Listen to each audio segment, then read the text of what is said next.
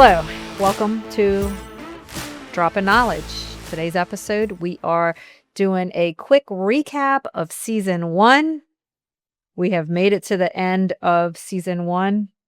We recorded how many times now? I believe it should be Well, we've probably recorded probably close to 14 or so. But we were going to do 10 in this first season. Correct. But we just added my dad. Yeah, we're doing for a Father's Day special. Yep. Which that was so good, by the way. I thought it was good. I enjoyed talking to Mr. Willie. He always has the greatest stories. I don't think that there's enough storage in the cloud to No, definitely not. store up all of the Willie stories, but Definitely not. Yeah, so in the wrap up, we said we kind of just wanted to take a few minutes and reflect on what we did this year and maybe run through the guests and talk about things we remembered. So like before we get there, Mhm. let's talk about how this whole thing came about really quickly. So a couple of years ago, Haley ordered me a pod mic for Christmas. There was a little bit of an error, so I ended up with 2. And she was like, you should start a podcast. And I was like, I don't know. So I just put him in the closet. Fast forward, a friend of mine who was one of our guests, Jared Miguez, he started up a podcast with a couple of his law partners. Mm-hmm. So he invited me to be a guest. Okay. And that was in, I guess around the beginning of 25. And so I went and participated in it and actually had a good time. It was fun. So now I look back, I was like, it's kind of like an icebreaker, I think. You were really good at it. Yeah, I think I did okay, but I sent it around to some people. You were one of them. And you texted me back and said, hey, you did a good job. And you said something along the lines, we're chatting back and forth. You're like, you should do a podcast. And I jokingly said back, be my co-host. And you replied back, in. And then I think I called you and said, I was sort of kidding. And you were like, well, I'm not. We should do this. So. And look, it's so for me, the thought of ever, A, being on a podcast and B, definitely being a host on a podcast was something that never had even crossed my mind. And, I had my friend Angelina, she did a podcast and I was just like, oh my God, I can never do that. Like, she's so good at it. It never crossed my mind. And here we are. It was totally out of my comfort zone. I feel like I've gotten more comfortable with it. You too. I mean, I feel like I felt like in the beginning, my perspective was I needed to be more prepared on who was coming and I'm going to adjust this over. Who was coming and what I wanted to talk to them about and what I wanted to extract from them. And then after 1 or 2, I realized it was better if I didn't do that. And for me out the gate, I think my strategy was always, I don't want to prepare. Like I knew we set out from the beginning, like there were certain questions we wanted to ask. And then what we quickly discovered was once we started having these conversations, it just naturally, these questions would get answered without us even having to ask the question. Well, that was our hope. And it worked. And I think it's working. Yeah. Yeah. And so, not that I want it to end today because I don't, but if it did and someone said, well, do you view that, was it a waste of time or whatever? I would absolutely say no. I think taking it from the concept, which you were very, very helpful with, and I think our backgrounds together, of working together for so many years, it came into play because I had this idea once you floated that to me, I had this idea of kind of what I probably would want it to look like, but I was really struggling with how to actually move that idea to something that's more tangible. Right. And I think that's where you kind of joined the party. We had that brainstorming session and it kind of felt like we were in old strategic plannings or just meetings together. It was like, it just started flowing. And then we had a structure, right? Like, okay, here's what we want to call it. And this is the structure of what we want. And here's conceptually what we're going to try to extract. Right. And so now that I've been able to reflect on some of the ones we've done, I'm like, man, literally every one we've been able to accomplish what you and I set out as our goals. Now, whether or not the audience likes it or doesn't like it, that's a different issue, right? But at least I feel we've hit a 10 out of 10 on taking the concept to what we're doing without following a script. Right. And so, it's been awesome. And we're a little over a year now. That was like April of 25 and started recording in like October. Right. So it did take us a little while to kind of figure things out. And what I mean by that, just so our audience knows, finding the right equipment. Then we find the right equipment, and it's learning how to use the equipment. Then it's thinking like, okay, we're going to use this app to, upload our podcast to, and it's going to edit it for us. And then discovering like, Not so no, fast. Yeah. not so fast, not so easy. Then having to find a different avenue for editing the podcast, and then finally finding one. And Yeah, the technical side of this was definitely more challenging than what I anticipated. I would say the same thing. Because I really thought that some of these companies had figured it out. Right. And the truth of the matter is, I think they have figured it out for certain approaches. But Right. because we had this idea of doing the interviews in person, at least to start, and to have that dynamic of presence, which we both thought was important. Right. When we tried to do that and then use some of the apps or these other companies that are out there, that's not really what they're designed for. They're designed more for remote interview sessions, right? So I think that was part of it. And Which we then- may eventually do some remote recordings. We just haven't gotten there yet. Yeah. So yeah, I think the But it is technical something. side was definitely more challenging. And I think for both of us, while we have our strengths, I don't think that No, I don't think that's that definitely not electronics and the either of technical our aspect is one of our strengths. So, for other people who maybe one of the people in the group is more tech savvy, it's probably easier.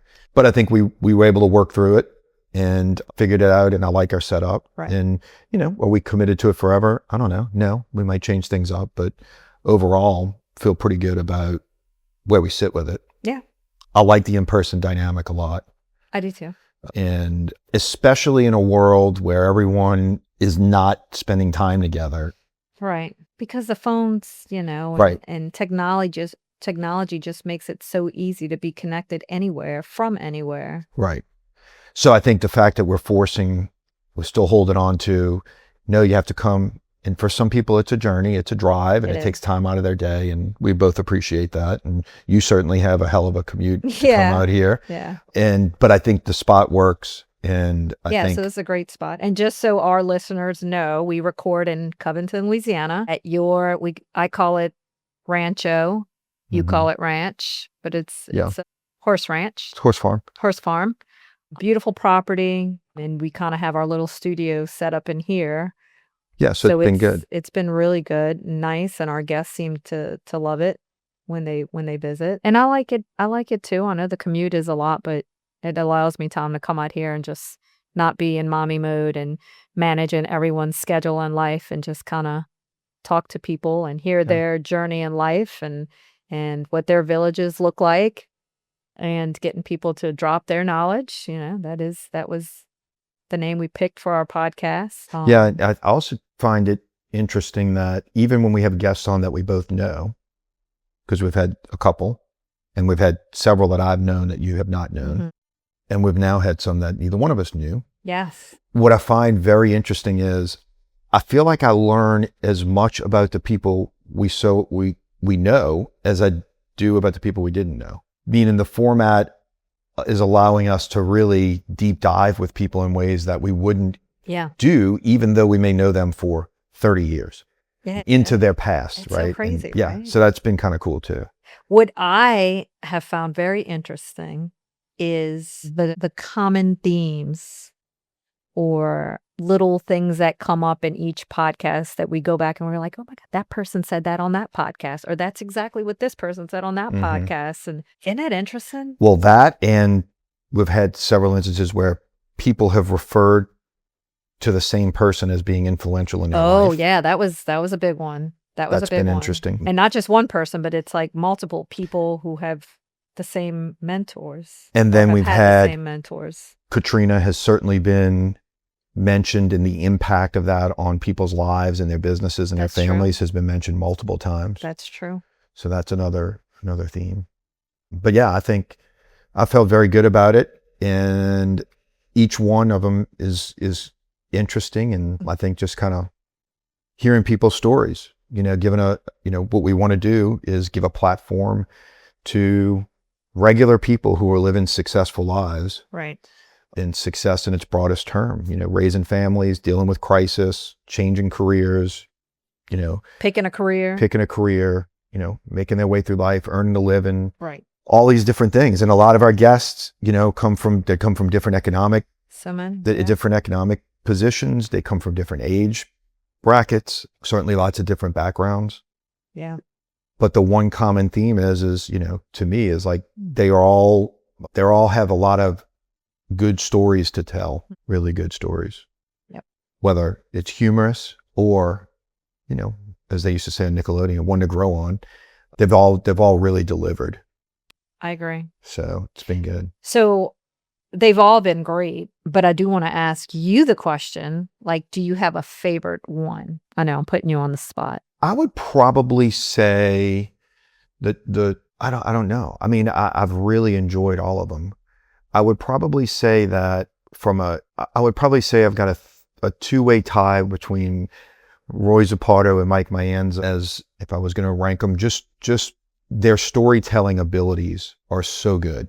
I totally agree. And so it's just different than they're just unique in that. They're both really good at that. So like you could just sit back and just Yes. listen to story after story after story. They're Correct. so interesting and so much history in That's the their other part, stories. the history of their stories. And I like food and hospitality and all. So, and Jamie Munoz was pretty close on that front too, because of some overlap, but it's really hard to pick. And God, it is because so I've good. really, Because I've they've enjoyed each all had of such them. great little Mhm. parts to it. Jared's ability to really go with the flow in a conversation, but find opportunities to talk about his village specifically was, Let's I kind of think, go also through each one, interesting. though. Let's Okay. kind of go down a list and go through each one, and I'll answer my own question. My favorite one, and again, the only reason I'm saying it's my favorite one is because, like, when we wrapped it up, I felt like I needed more time. I wanted more time, and I'm like, we need to get you back, right? I'd probably say, gosh, it was probably, I mean, I would have to say probably Mr. Roy. Interesting. Probably Mr. Roy too. Yeah. Just like I felt like we finished it and I was like, I feel like I have so many more questions to ask, or I want to hear more stories. Well, and I think age of the guest and lived life on what our whole point of this is, it gives a little bit of an edge Yeah. to those guests because they have more life experiences, right? And so, But the interesting thing about Mr. Roy too, not just all of his stories, but how, his dad and uncle started the grocery store. yeah, like the And history. then him and his brother and cousin, took it to the next level. And now there's a third generation of Zapardos growing that business and that grocery store to, something more modern. And it pretty amazing if you think about it. Well, it also hits on one of the things you and I are intrigued by is multi-generational businesses. Yes. And so for Roy, if we kind of start with him, he kind of checked that box. So, and I think the most interesting thing that came up from him, well, the most interesting was the donkey. Maggie, who, when he was a kid, Maggie was really part of the grocery team, so to speak, and knew the route for the deliveries. Is just, to me, is just a throwback story for the ages. It's like, so wow, that's super cool. And the fact that they still pay tribute to Maggie in the store with a picture. She's in the store. There's a Maggie in the store. So that's awesome and very interesting. And then I think the other thing, and it was our first episode, and we didn't really know how things were going to go. And we get to the end of it, and he's like, well, there's one more story. And he tells the story of the guy, a young guy, rings his bell at his home. He goes to the door, he opens it, he does not recognize the person. The person says, hey, you're Roy Zapardo? Yes. He says, I just want to tell you I worked for you many years ago and you influenced my life in ways that I just want to tell you thank you. Yes, I remember that. And Mr. Roy gets emotional. Yeah, and you're like, emotional. I mean, I remember walking out of that going, we could stop now. Like this is exactly. We could be a one episode what we podcast were looking to do, right? Because that to me, ending that way, if that's all somebody heard was just that little piece, that to me is like, it sums up what I think life is about, right? Like, you do things to help people and you live your life and you got to look out for yourself and your family, of Sure. course. But when you try to truly help people and impact people's lives, that's really what life's about. Right. And to hear him, who's had family success, economic success, personal success, recognition, philanthropist, done all these things in his life. Right. And then there's that story. It was pretty cool. It was pretty cool. And it was a great way. It told me we're on to something as it relates to what you and I are trying to do with this. I agree. It really That did. was So a big moment. I'll always be grateful to him for sharing that because And for agreeing to be our first guest. Yeah. I mean, yeah.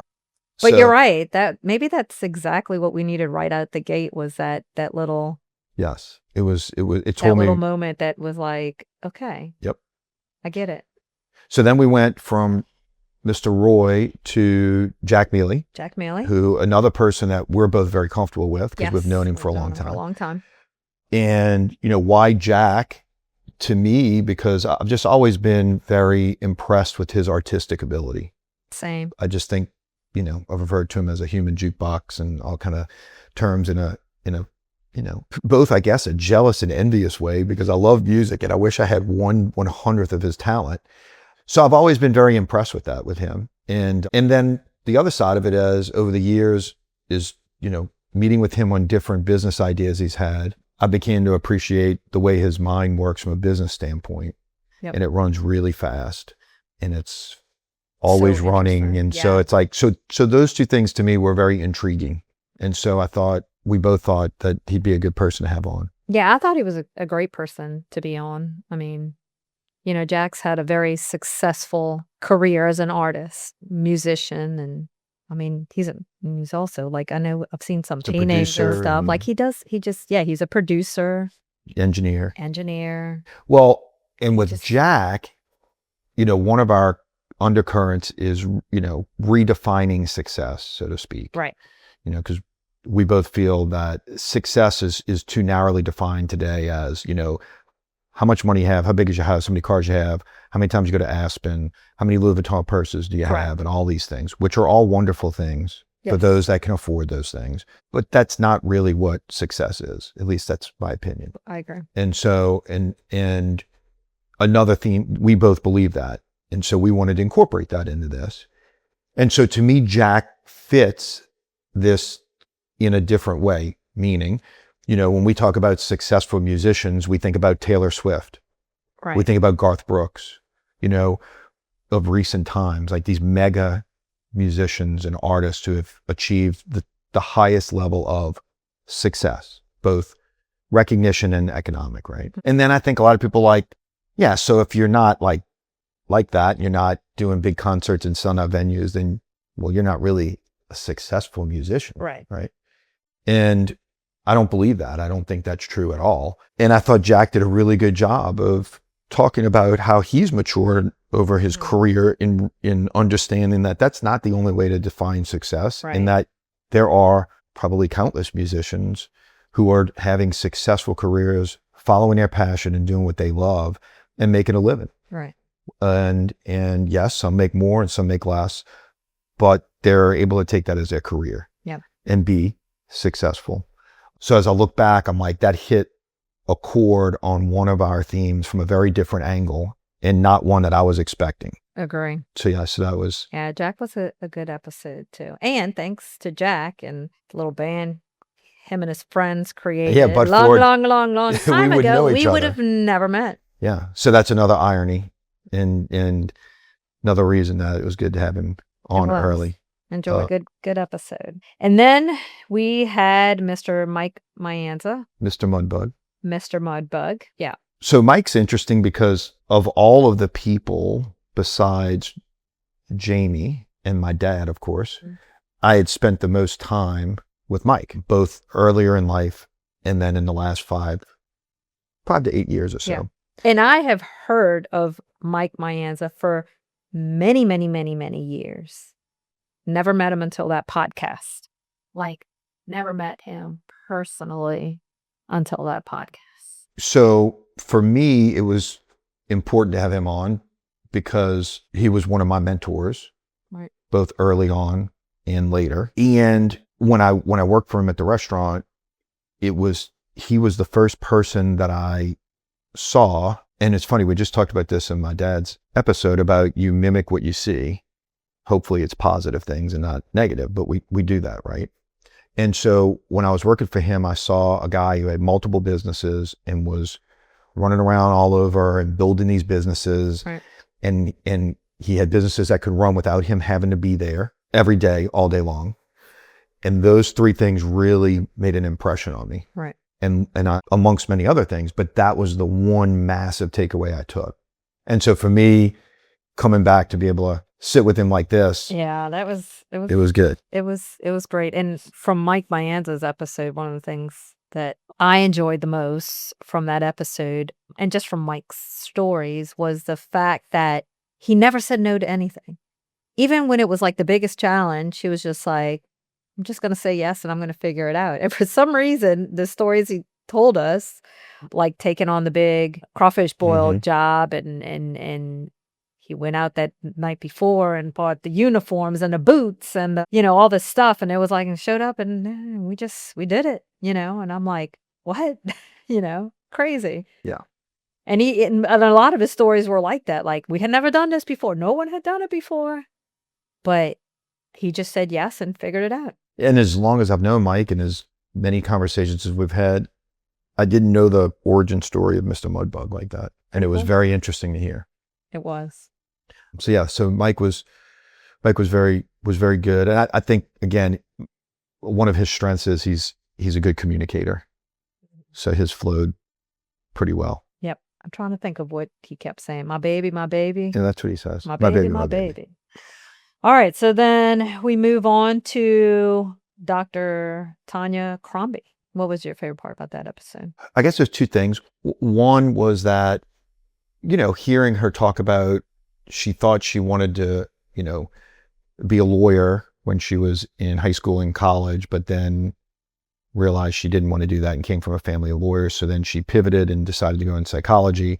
And then when she got in that, she decided she needed to pivot there and go into behavioral and organizational psychology. So I thought that was good. And I guess that struck me because, with Zoe and Haley and my nieces and nephews, all roughly in that age group, trying to figure out what they want to do, it sort of was refreshing to hear another person's story that I could share. I told them to go listen to and be like, look, these are things that happen at that age. And so I thought that was good. And then the most interesting thing was, when she talked about when her daughter, Amanda, was, struggling with some anxiety, that she finally realized that by doing some self-reflection that maybe she needed to calm herself down in her interactions with her daughter, right, especially during an anxious moment, and had some success there and then wrote a book about it. So I think that's pretty cool. That was pretty cool. That was definitely pretty cool. I've always had an interest in the type of job that she's had with, going in and helping business leaders. Like that's just always been an interest of mine since I can remember. So listening to her talk and just kind of like reinforce a lot of the things that, you kind of go through as a business leader is interesting. And really you could apply it to almost everything that you do in life, right? Regardless of your role. Yeah, I almost forgot that we went through a lot of kind of the leadership and managerial struggles she had. Right. And then learning over time how to adjust and realize you can't be good at everything and plenty of strengths. Agree. And fill your team in with people who are different than you, not the same, which was another takeaway from her. Okay. So then we went from her to Jamie.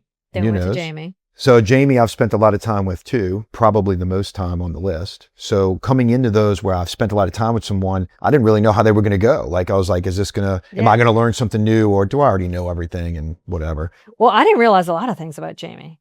So, I remember Jamie as the guy that, if you had a client in town and you wanted to take them to a nice restaurant, like, hey, call Jamie at Bourbon House and, he'll set us up or whatever. But he worked at City Lights, right? Which is AKA Metro. Then he had two of the same mentors as, I think it was Mike Mayanza, right? Chip Abood.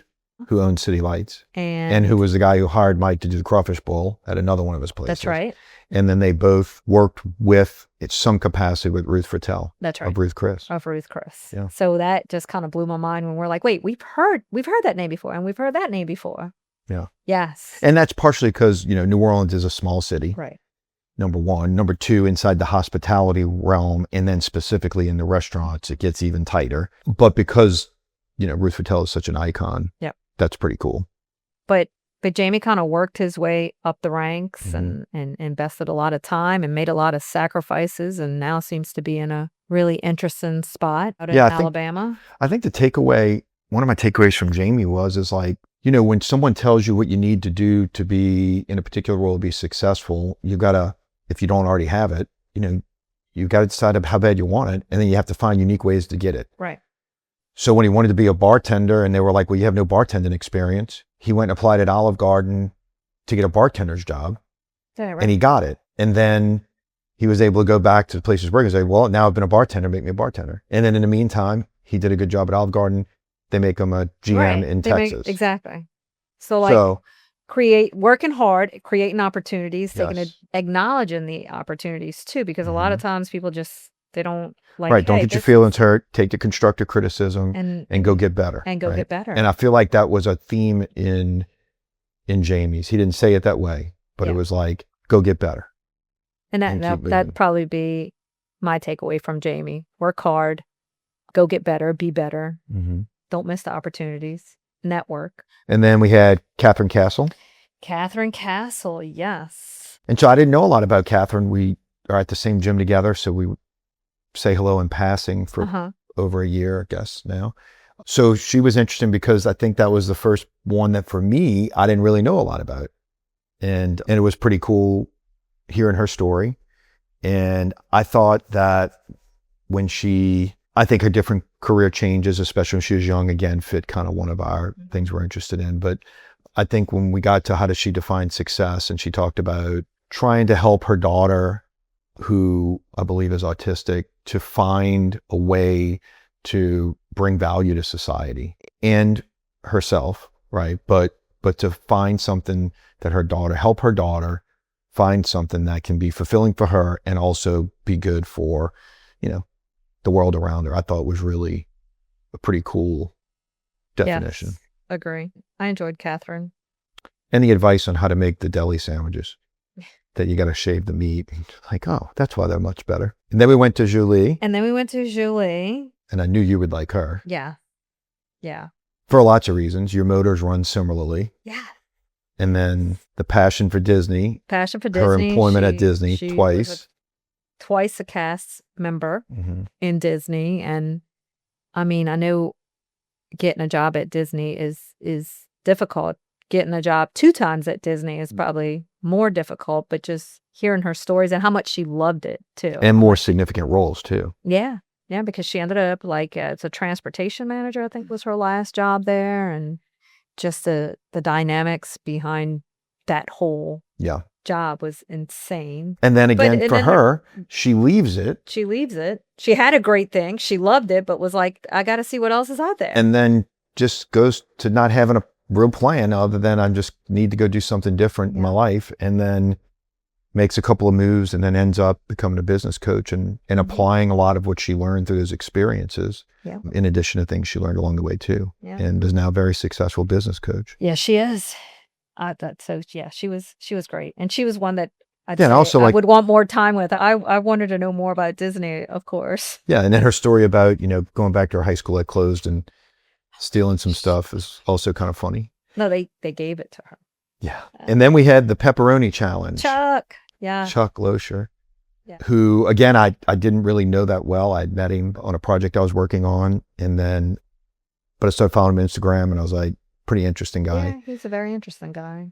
And so, interesting story, has reinvented himself multiple times. Yeah. And I feel like my takeaway for him was that when he talked about when he was a kid and he was smaller and but he wanted to play sports and do these things. Yeah. And so as a younger guy, he learned, like, if I'm going to do those things, like, I've got to do certain other things to Yeah, get remember? myself in a 'Cause remember he position. said he would like skip lunch or He started whatever, working out and started then he'd work out, powerlifting and and got really strong. And then those things then kind of opened up doors for him. And to me, he took those lessons and then has taken them with him along the way. I thought you were going to say he took those lessons and created the pepperoni challenge. Now he's got the pepperoni challenge, which we did, which was cool. We did. And he we brought us did. wine glasses, which was Yes. nice. And I will say that day I was starving. I'm like, give me all the pepperonis. I'm so hungry. Yeah. But that was interesting. So then after Chuck, we had Jared. Yep. And Jared was just a natural. I mean, Jared has a podcast, but you never know how that's going to go. So that kind of made me a little bit nervous because I was like, oh gosh, he does this all the time. And I'm like the rookie doing podcasts, right? But no, it was very so comfortable and The smooth. conversation was great. Jared had a lot of interesting things. The one thing that stands out to me was how he eats the same thing every day. Right? That's what he was doing when I met him too. And hey, I need this many calories, so I know these meals get me to that, and I don't have to think about it. I do it Right. every day. I'm like, makes sense. Yeah, and because it goes to his discipline. Right. He's just since I met him, he's been a very disciplined guy, and I'm happy for Jared. I think he's doing well for himself. He's got a beautiful family. He's got a great wife. He's got great business partners, and he works really hard and is Right. well grounded.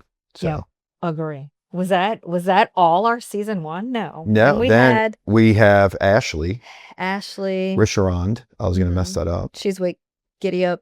She has Giddy Up Coffee shop. Coffee in Folsom. Yep. And And her story was great too. I mean, just because her dad kind of, I don't know if it was his idea with Yeah, the it was his coffee shop. idea. It was his idea. She jumped on board. They've grown it. It's a big yeah, it's a big piece of the community a now. big piece of the community, and her Yep. and her dad have been redeveloping this area in Folsom. That was really cool.